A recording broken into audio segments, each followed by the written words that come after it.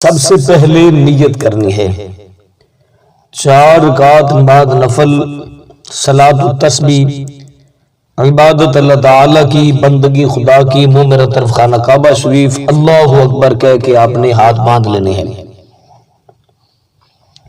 اس کے بعد آپ نے ثنا پڑھنی ہے، ثنا پڑھنے کے بعد 15 مرتبہ تیسرا کلمہ پڑھنا ہے، یعنی سبحان اللہ والحمد للہ ولا الہ الا اللہ واللہ اکبر۔ اس کے بعد آپ نے سورۃ فاتحہ شریف پڑھنی ہے۔ سورۃ فاتحہ شریف پڑھنے کے بعد آپ نے جو بھی سورت آپ کو آتی ہے آپ نے وہ والی سورت پڑھ لینی ہے۔ اس کے بعد آپ نے پھر 10 مرتبہ تیسرا کلمہ پڑھنا ہے، یعنی سبحان اللہ والحمد للہ ولا الہ الا اللہ واللہ اکبر۔ 10 مرتبہ تیسرا کلمہ پڑھنے کے بعد آپ نے رکوع میں چلے جانا ہے۔ رکوع میں جانے کے بعد سب سے پہلے آپ نے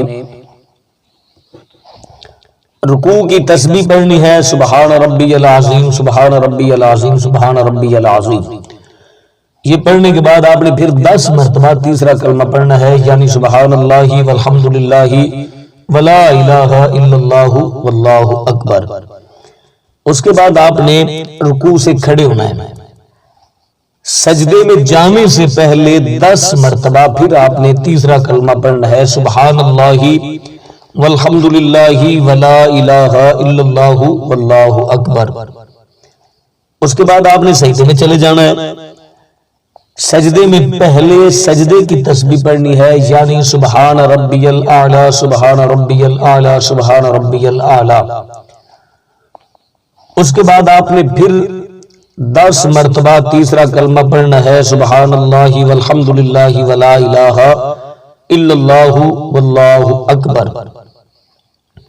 پھر اس کے بعد آپ نے سجدے سے اٹھنا ہے اور دونوں سجدوں کے درمیان بیٹھنے کو جلسہ کہتے ہیں۔ جلسے میں بیٹھ کر پھر آپ نے 10 مرتبہ تیسرا کلمہ یعنی سبحان اللہ والحمد للہ ولا الہ الا اللہ واللہ اکبر پڑھنا ہے۔ اس کے بعد آپ نے دوسرا سجدہ کرنا ہے۔ دوسرے سجدے میں بھی پہلے سجدے کی تسبیح سبحان ربی الاعلی سبحان ربی الاعلی سبحان ربی الاعلی، پھر آپ نے 10 مرتبہ تیسرا کلمہ پڑھ لینا ہے۔ اب آپ کی ایک رکعت مکمل ہو گئی۔